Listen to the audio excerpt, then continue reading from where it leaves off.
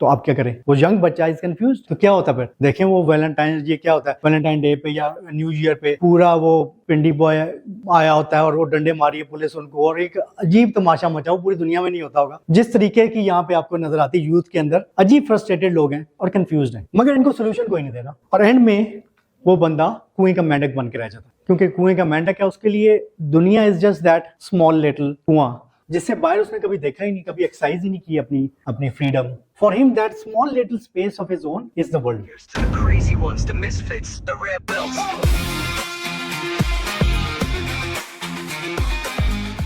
Why we are talking about counterculture is because our society has failed to innovate. हम लोग चाहते हैं कि हम सिलिकॉन वैली बने, हम लोग चाहते हैं कि फेसबुक और गूगल जैसी कंपनीज पाकिस्तान से निकलें, और 10-15 साल हो गए हम लोग कोई पाकिस्तान से यूनिकॉर्न्स निकालने की कोशिश करें, मगर समहाउ लग रहा है कि यहाँ पे वो समथिंग्स मिसिंग, वो मादा नहीं है जो स्वीडन में, अमेरिका में, हर जगह इनोवेशन इतनी हो रही है, स्टार्टअप्स निकल रही है, सक्सेसफुल हो रही है। पाकिस्तान में साउंड्स लाइक के इनोवेशन कोई हो नहीं पा रही, फेल हो रहे हैं हम लोग इनोवेट करने में। Why is that?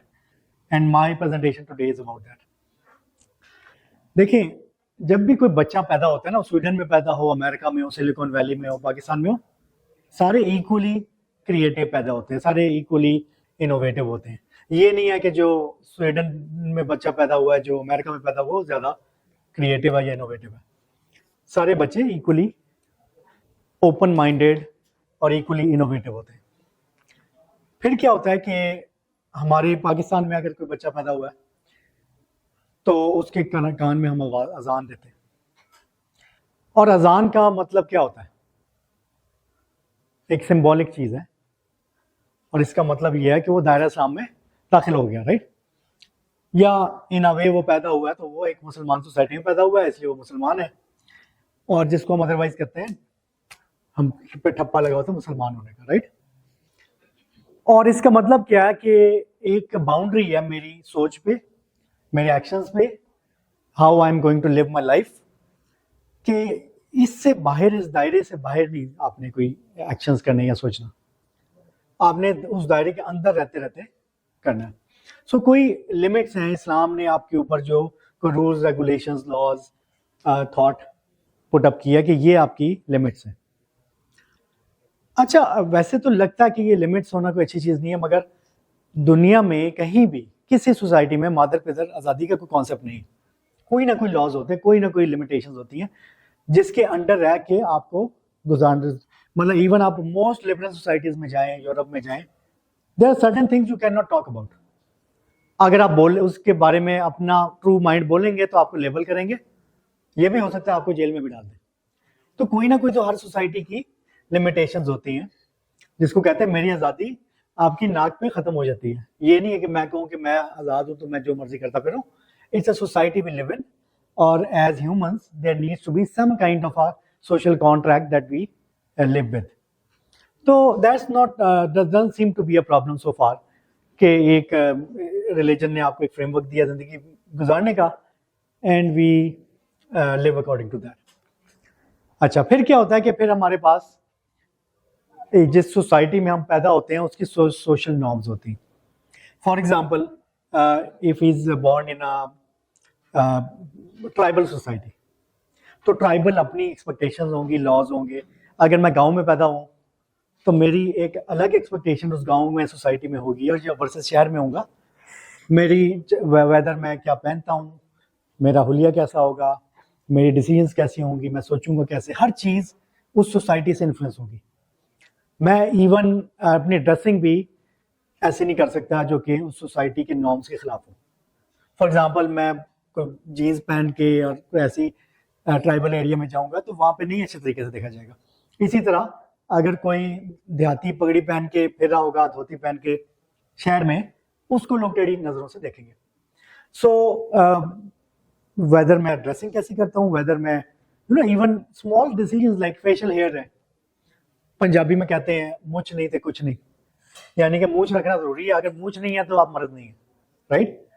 गांव में तो इस तरह से आपके ऊपर डिफरेंट तरीकों से सोसाइटी इम्पोज करती है अपने एक्सपेक्टेशंस को, अपने नॉर्म्स को, और अगर आप उस सोसाइटी के नॉर्म्स को फॉलो नहीं करेंगे तो क्या होगा, you will be cast as a outcast.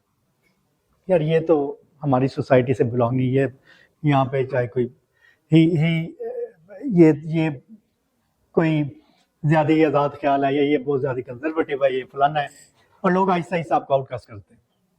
और उसके कई दफ़ा बहुत एक्सट्रीम भी हमें मेजर्स नज़र आते हैं कुछ सोसाइटीज़ में। अच्छा, then we are born into a family that we can not choose where we are born, और जिस फैमिली में पैदा होते हैं फिर आगे स्कूल में जाते हैं तो हमारे फ्रेंड्स होते हैं, फ्रेंड्स का सर्कल होता है। Just to fit in to the friends we have to behave in a certain way. अगर आपके दोस्त, let's say I by something, मैंने कोई कपड़े खरीदे हैं और मुझे बड़े पसंद है और मैं पहन के आता हूँ अपने दोस्तों के साथ, और वो दोस्त मेरा मजाक उड़ा लेते हैं या कहते हैं यार ये तो तुमको अच्छा नहीं लग रहा, तो just because my friends did not approve of what I wear, मेरा भी दिल उतर जाएगा उससे। मैं कहूँगा कि नहीं, ये नेक्स्ट टाइम मैं नहीं पहनूंगा, even though I liked it when I bought it. Similarly अगर मेरे दोस्त लेट्स से ऐसे हैं जिसमें गालम गलोच देना कॉमन है, या और इस तरह की स्मोकिंग है, कोई और काम है जो कि मैं अच्छा नहीं भी समझता, but just to fit in मैं भी मैंने देखे बड़े अच्छे लोग गालम गलोच देने शुरू कर देंगे because they want to gel in, और वो नहीं चाहते कि ये बाकी हैं वो कहें कि यार ये तो कुछ ज़्यादा शरीफ है या मम्मी डैडी है या फलाना है, तो वो फिर एक्ट करते हैं just to be part of that group of that friends. So they will start to behave in a way जो कि इनकी फैमिली के लिए एक्सेप्टेबल होगा। इसी तरह आप जिस फैमिली में पैदा होते हैं, फैमिली की एक्सपेक्टेशंस होती हैं। इनफैक्ट हमारी ज़िंदगी के बड़े बड़े फैसले हमारी फैमिली ले रही होती है। क्या करियर चूज करना है, क्या पढ़ना है, वो कोई चाचा या कोई मामा जो रिलेटिवली सक्सेसफुल है फैमिली, वो आके बता रहा होता जी कि ये करो, ये पढ़ो, ये ना पढ़ो, और वो बच्चे की कोई नहीं सुन रहा होता। अगर डॉक्टर बनवाना है तो फिर डॉक्टर बनना है उसने, बेशक ही हेट्स इट, और उसे सारी जिंदगी के लिए फिर ऐसा काम करना पड़ेगा that he hates, but just because of a family pressure उसको वो सब्जेक्ट लेने पड़ेंगे, या उसको ऐसी नौकरी करनी पड़ेगी whether he can move out of the city or not. Major decisions in your life are made by family. शादी कहाँ करनी है, सारी ज़िंदगी आपने जिधर गुजारनी है, उसमें बच्चों की कोई से नहीं होती, उसमें भी फैमिली मैटर्स अ लॉट। सो ये जो फ्रेंड्स एंड फैमिली एक्सपेक्टेशंस हैं, ये भी इंसान की मेजर डिसीजंस चेंज कराती हैं, उस हिसाब से चलाती है जो कि मे बी वांट्स और नॉट। और जब इतनी सारी एक्सपेक्टेशंस रिलीजन की, सोसाइटी की, फ्रेंड्स की, फैमिली की, एंड नॉट जस्ट दैट, आप मस्जिद में जाएंगे, वो मौलवी साहब आपको एक दुनिया बताएंगे, and you are suppose to live your life according to how he says.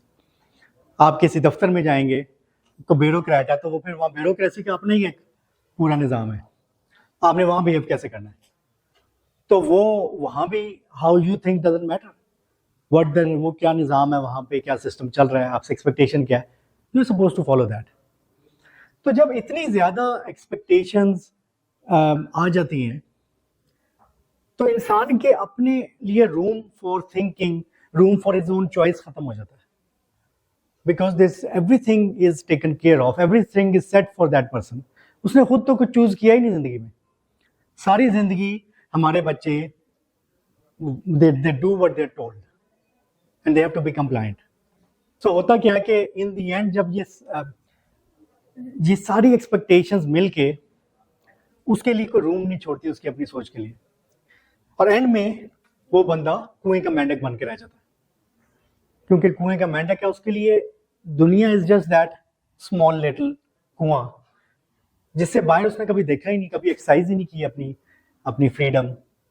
For him that small little space of his own is the world, and that person is happy in that little world के बस ये मेरी दुनिया है and I am fine. उसके लिए अपनी कोई स्पेस नहीं है, but still mentally that person knows कि क्या उसके ऊपर एक्सपेक्टेशंस हैं, क्या रिलीजन इम्पोज कर रहा है, क्या सोसाइटी कर रही है। सो मेंटल क्लैरिटी है, मगर हमारे बच्चों के पास ये मेंटल क्लैरिटी भी नहीं है कि क्या चीज़ रिलीजन उन्हें उसे बता रहा है, क्या चीज़ सोसाइटी बता रही है। एक्चुअली उसकी सिचुएशन कुछ इस तरह से, mostly our people don't know कहाँ से कौन सी चीज़ शुरू होती है, कौन सी चीज़ ख़त्म होती है, हमारा कल्चर क्या है, हमारा रिलीजन क्या कहता है, हमारी सोसाइटी क्या है, मेरी जो सर्कल है उसकी एक्सपेक्टेशन मेरे से क्या, और मैं खुद क्या चाहता हूँ अपनी ज़िंदगी से। They don't have any clarity. उन्हें तो स्टेप बाय स्टेप जो कोई कहता है कि मौलवी कहेगा ये ठीक नहीं है तो अच्छा ठीक है जी, उधर से अब्बा जी कहेंगे ये नहीं करना तो अच्छा ठीक है जी, दे आर कंफ्यूज्ड। और मसला इसमें यह है कि ऑफन टाइम्स ये इतनी क्लीन बाउंड्रीज नहीं है, कन्फ्लिक्टिंग है। कन्फ्लिक्टिंग का मतलब ये होता है कि at the same time you are being asked to opposite things, तो क्या करेंगे? आपको नो करना तो सिखाया नहीं क्या, नो नहीं कर सकते, क्या करेंगे फिर? एक वक्त में आपको कह रहे हैं कि शुमाल में जाओ और जनूब में जाओ, तो व्हाट विल यू डू? आप कंफ्यूज्ड हैं, बट आप कंप्लाइंट भी हैं, या आपको फॉलो करने की आदत है, तो आप क्या होंगे? आप कंप्लाइंट हो जाएंगे। वो जो कह रहा है आपको, मौलवी साहब जो कह रहे हैं, आप कहेंगे यस सर ओके ठीक है, जैसे आप कह रहे हैं वैसे ही होगा। अब्बा जी जो कह रहे हैं वो भी ठीक है, स्कूल से जो पता चल रहा है वो भी ठीक है, दोस्त जो कह रहे हैं वो भी ठीक है, तो आप हर जगह जाते हैं तो yes sir yes sir yes sir okay okay okay, कहीं भी आप नो कहने के काबिल नहीं है। But of course, because you can't do opposite conflicting things at the same time, so even though you are saying something else, you're doing something else, और आप compliant हो जाते हैं। इसकी मैं आपको एग्जांपल देता हूँ कि रिलीजन क्या कहता है हमारी सोसाइटी में कि अल्लाह ने एक नीड बनाई है, उस नीड के मुताबिक कुरान एनफोर्सेस कि आप जैसे बच्चे बालिग उनकी शादी कर दें, सो दैट एक उनकी बायोलॉजिकल नीड्स है मेट। होता क्या है कि ठीक है, वो हमें रिलीजन कह रहा है कि जल्दी शादी कर लो, then we are following a western system. Western system क्या कहता है कि नहीं, ये तो 25 साल तो पढ़ना है, फिर 5 साल सेट होना है, 25-30 साल से पहले तो शादी नहीं हो सकती, यानी कि आप रिस्पॉन्सिबिलिटीज उठाने के काबिल नहीं हो सकते। और इसका मतलब यह है कि आप 25-30 साल से पहले शादी की बात नहीं करें। अब ये कन्फ्लिक्टिंग बात आ गई, रिलीजन कुछ और कह रहा है, और हम जिस एक सिस्टम को फॉलो कर रहे हैं, इकोनॉमिक सिस्टम को, एजुकेशन सिस्टम को, वो एक ऑपोजिट बात कर रहा है। मगर वेस्ट के पास ये कॉन्फ्लिक्ट तो नहीं है, वहाँ पे extra marital affairs are allowed, open, people know it, people do it, it's a norm. तो वहाँ पे तो ये कॉन्फ्लिक्ट नहीं है। हमारी सोसाइटी में that was also of the limit. Family, society will not accept any extramarital affair as well. तो आप क्या करें? वो यंग बच्चा इज कंफ्यूज्ड, क्या? तो क्या होता है फिर? देखें वो वैलेंटाइन, ये क्या होता है, वैलेंटाइन डे पे या न्यू ईयर पे पूरा वो पिंडी बॉय आया होता है और वो डंडे मारी है पुलिस उनको, और एक अजीब तमाशा मचा, पूरी दुनिया में नहीं होता होगा जिस तरीके की यहाँ पे आपको नजर आती है। यूथ के अंदर अजीब फ्रस्ट्रेटेड लोग हैं और कंफ्यूज्ड हैं, मगर इनको सोल्यूशन कोई नहीं दे रहा। यानी कि वही बच्चा सीधा सीधा जाके पूछे ना अपनी अम्मा से, हाँ जी शादी करो, मेरी शादी तो नहीं हो सकती, अच्छा तो फिर कोई रिलेशन भी नहीं हो सकती। तो my cousin used to come from America, वो कहता था वहां तो गर्लफ्रेंड्स बॉयफ्रेंड्स होते हैं 16 साल में, 17 साल में, यहाँ पे लोग क्या करते हैं? अब मैं एक्चुअली सोचा कि क्या जवाब इसको हो सकता है, मुझे I did not find a good answer for him. और ये वही जैसे अमेरिका में वो LGBT के था ना, तो आर्मी में डोंट आस्क डोंट टेल, तो यहाँ भी वो डोंट आस्क डोंट टेल चल रहा है। वो मौलवी साहब के सामने जाता है तो बड़ा शरीफ बच्चा होता है, नमाजी शरीफ सब कुछ ठीक है, अब्बा जी के आगे जाता है तो वहाँ भी जैसे अब्बा जी ने कहा वैसे कर रहा है। अम्मा के नज़दीक भी दुनिया का शरीफ तरीन बच्चा है और पढ़ाई पे है और उसका फोकस है जी मैं तो सेट होना है। दोस्तों के आगे है तो वहाँ पे उसने इमेज अपना बिल्कुल ही ऐसा बनाया हुआ है कि बिल्कुल अफंटर और ही टाइप, मौलवी साहब के सामने और दोस्तों के सामने बिल्कुल कुछ और है। असल में वो क्या है वो उसको खुद पता है, वो किसी को नहीं पता असल में क्या है। Why? Because of this disparity in our society. इसने कंफ्यूज करके रखा हुआ हमारे यूथ को, और उस कंफ्यूजन को कोई क्लियर करने को तैयार नहीं है। और इस तरह की और बेतहाशा एग्जाम्पल है। ऑन वन एंड का आप कहेंगे कि जी हम तो मुसलमान हैं और हम तो सुन्नत फॉलो करते हैं और हमने एक हम नमूना है जी, मगर दुनिया जब हमें देखती है तो हम कहते हैं नहीं, हमें ना, हम तो मुसलमान के तौर पे अच्छी एग्जाम्पल नहीं है।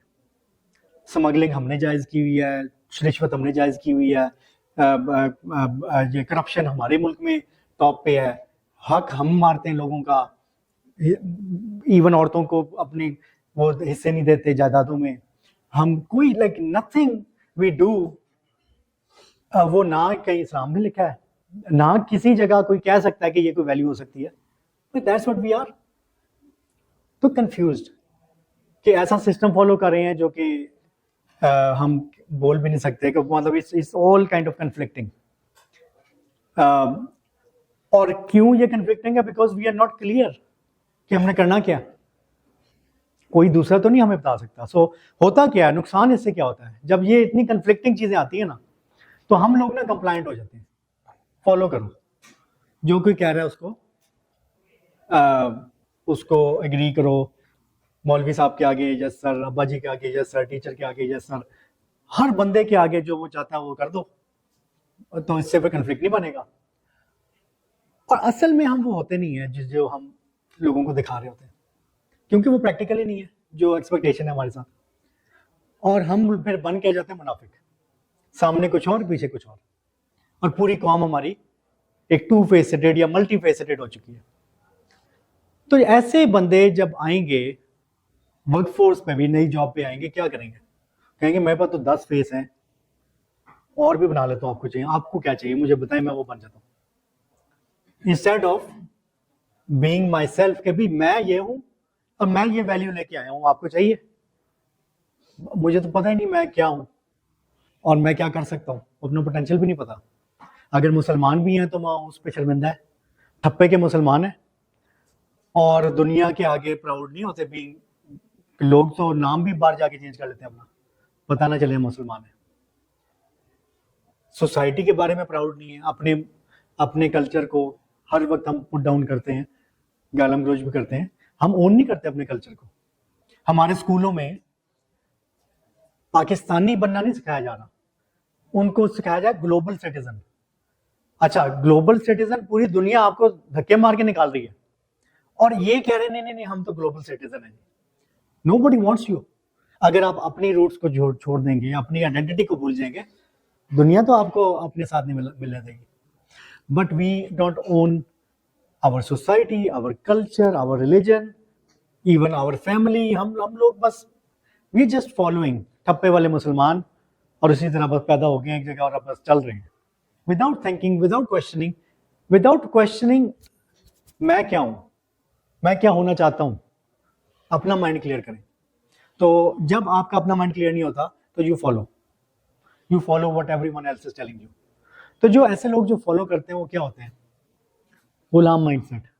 आप इनोवेट तो नहीं कर सकते, आप तो वो करेंगे मुझे बताएं जी, मुझे इंस्ट्रक्शंस दें, क्या करूं मैं, जॉब एक्सपेक्टेशंस बाहर से कोई गोरा बताएगा आपको क्या करना है और आप वो करेंगे। You can not think for your self. आप ओरिजिनली आपको क्वेश्चन करने की आदत ही नहीं है, आपने तो कॉन्फ्लिक्टिंग सोसाइटी को अडॉप्ट किया हुआ है। तो हाउ विल यू, इनोवेशन तो तब होती है जब आप क्वेश्चन करते हैं, भाई ये क्यों है, ये तो 100 साल से ऐसे चल रहा है, तो क्यों चल रहा है ऐसे? अगर गलत है तो 100 साल से गलत है, I will fix it.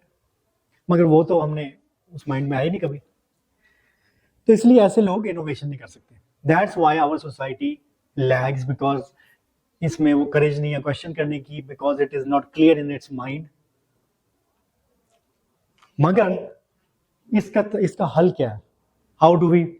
How we get to a position where we can innovate? हम कैसे आजाद उस चीज से? उसके लिए आप अपना माइंड फ्री करें, ज़हनी गुलामी से निकलें। ज़हनी गुलामी से कैसे निकलेंगे?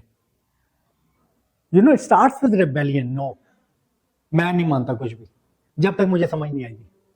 मैं क्वेश्चन करूं तो भाई आपने, अगर ठीक है मुसलमान होना है, ठप्पे वाले हैं जैसे भी, आपसे बेहतर तो वो मुसलमान होते हैं जो गैर मुस्लिम से मुस्लिम होते हैं, पढ़ के समझ के, उन्हें पता है हाँ मैं मुसलमान क्यों हो रहा हूं। हमने तो कभी पढ़ा ही नहीं, कुरान ही नहीं पढ़ा, हमें तो पता ही नहीं what it means to be a Muslim, उन्हें तो पता है। तो अगर आपने मुसलमान होना है तो first open the book, read क्या लिखा है, समझें खुद, बजाय कि लोग आपको बता रहे हैं ये करो तो वो करो। No what it means to be a Muslim and decide for yourself. भाई बनना मुसलमान नहीं बनना, या चलो कितना बनना है, इतना मेरी मेरी औकात है, इससे ज्यादा मैं नहीं कर सकता, ठीक है चलें। क्लियर तो हो ना माइंड में, मुनाफिकत तो ना करें कि नहीं मैं एक तरफ जाता हूँ, मैं कहता हूँ मैं वैसे बड़ा मोमिन कोई नहीं है, और दूसरों को पे अपने इम्पोज करें रिलीजन को, खुद अपना हाल ये है कि जीरो बैठे हुए। तो understand what you want to be first, you know, declare rebellion, एक काउंटर कल्चर कि नहीं भाई मैं नहीं मानता कुछ। अच्छा जी क्या है हमारा कल्चर, क्या read what it means to be Pakistani, कौन है मुसलमान, कौन है कि हम, हमारा कल्चर क्या है, being a Pakistani what it means, being a Pathan what it means, being a Pothwari what it means. तो और मैं जिंदगी में करना क्या चाहता हूँ, आई डोंट केयर कि बाकी दुनिया क्या कहती है, मैं कर सकता हूँ नहीं कर सकता, what I want to be. तो इंस्टेड ऑफ जो दूसरों ने कहा है अपनी अपनी उसको उस सब को वाइप ऑफ करें, now define your own core set of values. ये मैं हूंगा, जब मैंने डिसाइड कर लिया मैं क्या हूंगा, फिर कोई दुनिया का बंदा मुझे नहीं बता सकता कि जी तुम तो ये तो कर, तुम तो वो करो, because I know what I want to do. तो अगर मुसलमान बनना बने, अगर कोई कच्चा पक्का बनना है बने, मगर be clear in your mind कि मैं कच्चा पक्का हूं। देन पाकिस्तानी बनना है तो बी प्राउड ऑफ इट। ये नहीं है कि हैं आज कभी आके जज्बाती हो गया तो जी मैं, और कभी है तो वो बिल्कुल ही। तो ओन करें हर चीज जो करनी है, खुद अपनी वैल्यूज डिफाइन करें, ना कि everyone else defines for you. होगा क्या कि when you start to be more clear in your mind, तो यही चीजें जो आपको अपनी वीकनेस नजर आ रही हैं, यही आपकी स्ट्रेंथ बन जाएगी। For example, there is a beauty about Islamic art, then there is a beauty about the Asian art, जहां पे हम हैं, इधर कॉम्प्लेक्स पैटर्न्स, कलर्स, और वो सारा कुछ है जो कि मे बी नॉर्दर्न यूरोप में नहीं है। What would happen if I really own everything and I innovate, take this complexity and take this beautiful history, culture, art that you have, merge it with the modern things, एक नया ही art निकल आएगा। But we don't see, हमें नजर आता है काफी, आप कुछ जगहों पे आपको नजर आता है कोई फ्यूजन फूड, इंडियंस की मिशेलिन स्टार कुछ बन रहे हैं, कुछ नया एक्सपेरिमेंट हो रहा है, बट जहाँ जाए वही 100 साल पुराने खाने जो आप कह रहे हैं अच्छे खाने, वो 200 साल से चेंज नहीं हो रहे। वही वो मुगलाई हांडी तो मुगलों की बनी हुई वो आज तक वही चल रही है, और वो रेसिपी ही नहीं चेंज हो रही, ज्यादा तो वो शान के मसालों से रिप्लेस हो गई। बट क्यों ये 100 साल से कुछ हो ही नहीं रहा, कोई नया खाने ही नहीं बन रहा यार। इतने तो इंग्रेडिएंट्स दुनिया में आ गए हैं, बट हम वही हैं। और हमने वो चाइनीज को लेके कभी उसका कबाड़ा निकाल देते हैं, कभी इटालियन का वर्कर्स निकाल देते हैं, but we are unable to. तो when you start to own everything, then you will see कि आप how you will be able to think creatively, because आपके roots will be different, unique in the world that you come from. ला इलाहा दी रमज न्यारी, इल्लल्लाह ते नहीं आना। यानी हम कहते हैं ला इलाहा इल्लल्लाह, पैदाइशी मुसलमान है तो हमें लगता है कि अल्लाह के सिवा कोई मबूद नहीं, मगर हमने किया क्या हुआ है, हमने अपने दिलों में शरीक किया हुआ है बुतों को, दूसरे खुदाओं को। राज़िक मानते हैं अपने अब्बा जी को या सरकारी नौकरी को, गवर्नमेंट को, पक्की नौकरी। आपको पता है कि इतनी बड़ी चीज़ है पाकिस्तान में पक्की नौकरी, क्यों है? यहाँ पक्की, यहाँ इसको निकाल नहीं सकता। मतलब क्या है कि ये हमेशा के लिए तनख्वाह पक्की, रिस्क पक्का, तो उसके लिए अपनी पूरी जिंदगी लिख के दे देते हैं पक्की नौकरी के पीछे। क्यों? राज़िक वो मान रहे हैं गवर्नमेंट को, उस पर ट्रस्ट इतना है गवर्नमेंट के ऊपर कि इसने रिस्क मुझे देना ही देना है। तो अल्लाह के ऊपर, अल्लाह से ज्यादा गवर्नमेंट की पक्की नौकरी पे ट्रस्ट है। सिमिलरली अल्लाह के अलावा हर दूसरे से डरते हैं, जिसके पास है अमेरिका से डरेंगे, फलानी पावर से डरेंगे। तो अल्लाह का डर तो है ही नहीं हमारे अंदर। जब हम जो हरकतें करते हैं उससे नजर आता है, तो खुदा तो अपने अंदर हमने दूसरे बनाए हुए हैं सिफात में, और उसके साथ अल्लाह को भी रखा हुआ है। मगर अल्लाह तो किसी के साथ शरीक नहीं होता। ये तो इस तरह तो कुफारे मक्का भी रेडी थे, वो कहते हैं कि हुजूर सल्लल्लाहु अलैहि वसल्लम को कि आपके भी खुदा का बुत बना के अपने बुतों के साथ रख लेते हैं। अल्लाह को तो मानने को तैयार थे वो लोग। मगर हुजूर सल्लल्लाहु अलैहि वसल्लम ने कहा कि पहले अपने बुत तोड़ो तुम, अल्लाह किसी और के साथ शरीक नहीं हो सकता। तो हमने क्या किया, हमारे दिल में तो जो भी बुत बने हुए हैं सारे हैं, अल्लाह को भी बीच में ही है, अल्लाह से ज्यादा रिलाय हम। और तो पहले तो आप साफ करें ना, बुत तोड़े सारे अपने, कि क्लैरिटी लेके आए, और जब साफ हो जाएगा देन यू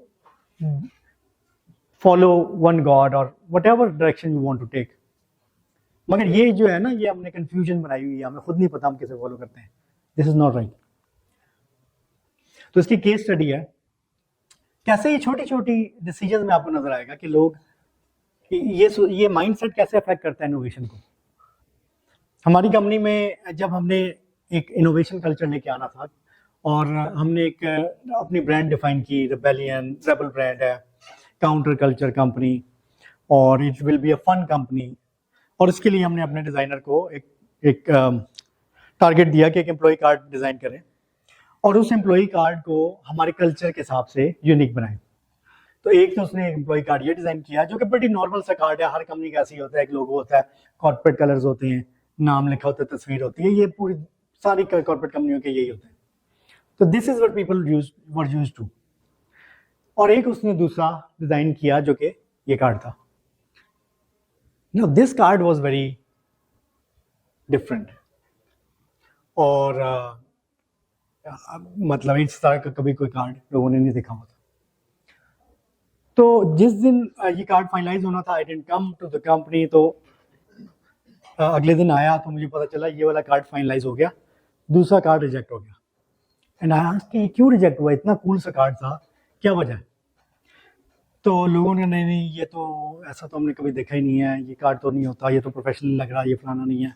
डिफरेंट बातें आई मुझे। मैंने कहा नहीं, मुझे समझ नहीं आ रही। तो हमने पोल किया, कंपनी में सर्वे किया कि आपका क्या ख्याल है, ये कार्ड होना चाहिए डिफरेंट कार्ड या नहीं। तो ज़्यादातर लोगों ने कहा कि नहीं, ये कार्ड नहीं होना चाहिए, हमें ट्रेडिशनल कार्ड चाहिए जैसा सारी कंपनियों का होता है।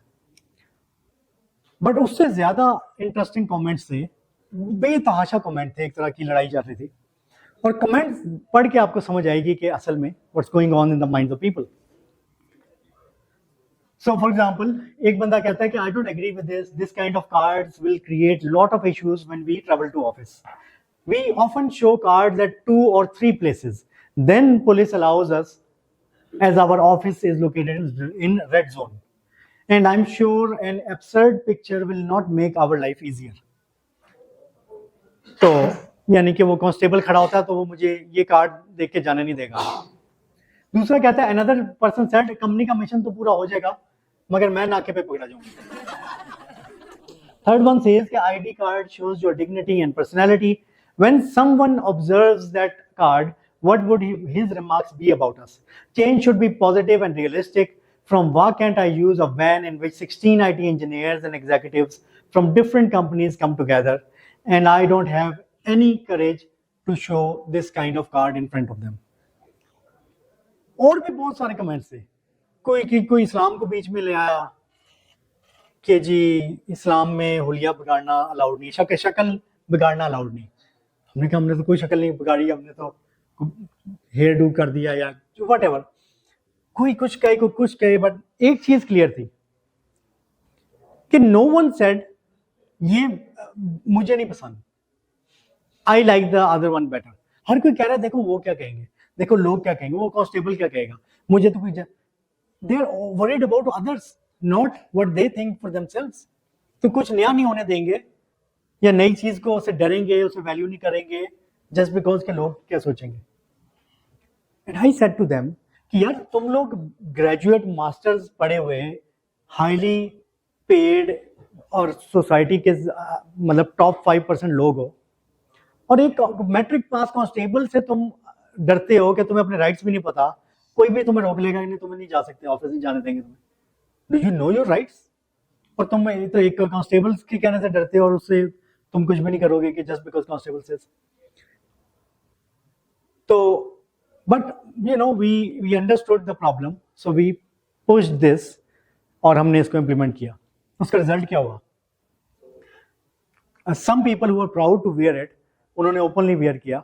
एक लड़का he went to a very trendy chain store for jeans.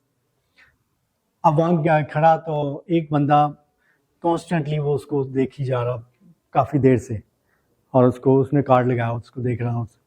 फिर कहता है मैं आपसे बात कर सकता हूँ? उसने कहा ये I want to see this. उसने कार्ड दिखाया। He had half an hour discussion around the card and the company. कहता है ऐसे तो मैंने कंपनी आज तक कोई नहीं देखी, और he was fascinated. Eventually he said कि ये सारे स्टोर्स मैंने डिज़ाइन किए हैं, मैं इंटीरियर डिज़ाइनर भी हूँ, आई एम अ क्रिएटिव। कोई अगर जॉब अपॉर्चुनिटी हो इस कंपनी में तो let me know, you know. And that guy felt proud about being linked to hospitals के पैनल्स होते हैं, उसमें हज़ारों कंपनियां उनके पैनल पे होती हैं। कोई और एक एक कंपनी में कोई पीटीवी है, कोई है, उनके हज़ारों एम्प्लॉइज हैं। दे डोंट रिमेंबर, मगर वो डीपीएल के लोगों को वो जानते थे, बिकॉज बाकी सबके कार्ड तो देखते थे, नोट करते थे, बट इनके कार्ड सारों के डिफरेंट होते थे, यूनिक होते थे। And they would always have, it would be a discussion starter, और वो पूछते थे अच्छा, and they would remember DPL, not anyone else. अच्छा आप डीपीएल से हैं। एक लड़का, उसके पास कुछ भी नहीं था, उसका वो सारा चलान चलून हुए हुए थे, ही हैड नो आईडी। उसको नेवल एनकरेज में जाना था, और वो उसको रात गेट पे रोक लिया। उसने कहा फोटो आईडी दिखाएं। उसका कुछ नहीं था, उसने बड़े डरते डरते ये ली आईडी उसको दिखाई। तो थोड़ी देर बाद वो that guard started to laugh.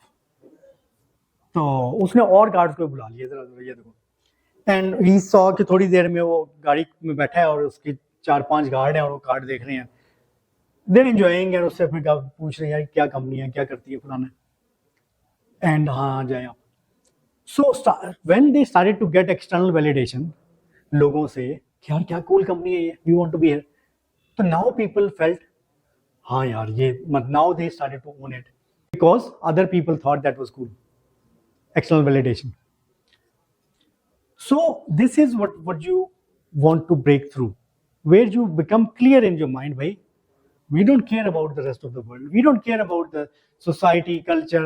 ये कल्चर वैसे ही गुलाम कल्चर छोड़ के क्या गुरा, उसमें ऐसा हौच पौच है कि खिचड़ी है बिल्कुल। बीच में ही वो हिंदू कल्चर भी है, बीच में आपके पास गोरे का गुलाम कल्चर भी है, बीच में आपका कोई मुगलों का कल्चर भी है, बीच में आपका कोई अरबी कल्चर भी है, बीच में कोई इस्लामिक कल्चर भी है। आप क्या चाहते हैं? बीच में आपके कोई लोकल भी हैं, कोई पठान कल्चर, कोई पटवारी। तो ऐसा वो एक खिचड़ी है ना कि किसी को समझ नहीं आती कि क्या। और इस सब पे जो ओवरकम करता है वो गुलाम सोच है, यस सर कंप्लायंस वाली सोच। और ये यस सर वाली सोच, गुलाम वाली सोच, जो क्वेश्चन नहीं कर सकती, वो इनोवेट भी नहीं कर सकती। That is why it is important कि we stop caring about what others think, what society tells us, whatever anyone tells us. खुद समझें और अपनी आइडेंटिटी खुद डिफाइन करें, instead of let the rest of the world define our identity. And that's how we will be able to create a kind of a culture जिसमें आप critical thinking promote करें, where you question क्या काम हो रहा है, क्यों ऐसे हो रहा है, और क्या ये बेहतर हो सकता है। Also, so that's when जब हम ज़हनों को आज़ाद कराएंगे, then we can start to innovate. And that's what our rebel ethos is all about. That's what we want, rebellion against the Ghulam mindset. We want to, हम चाहते हैं कि ज़हनी गुलामी से लोग निकलें, उसके खिलाफ रिबेलियन है हमारा, ज़हनी गुलामी के खिलाफ। और जब हम ज़हनी गुलामी से निकल आएंगे, then that is the start of us doing innovation in the world. Otherwise हम वही असेंबल करने वाले, कोडिंग करने वाले लोग होंगे जिन्हें प्रॉब्लम सॉल्विंग का नहीं पता, जिन्हें ये नहीं पता कि हमने अगर कुछ ब्रोकन है तो उसे फिक्स कैसे करना है। सो आज की ये वर्ल्ड में we don't need coders any more, we don't need assemblers any more.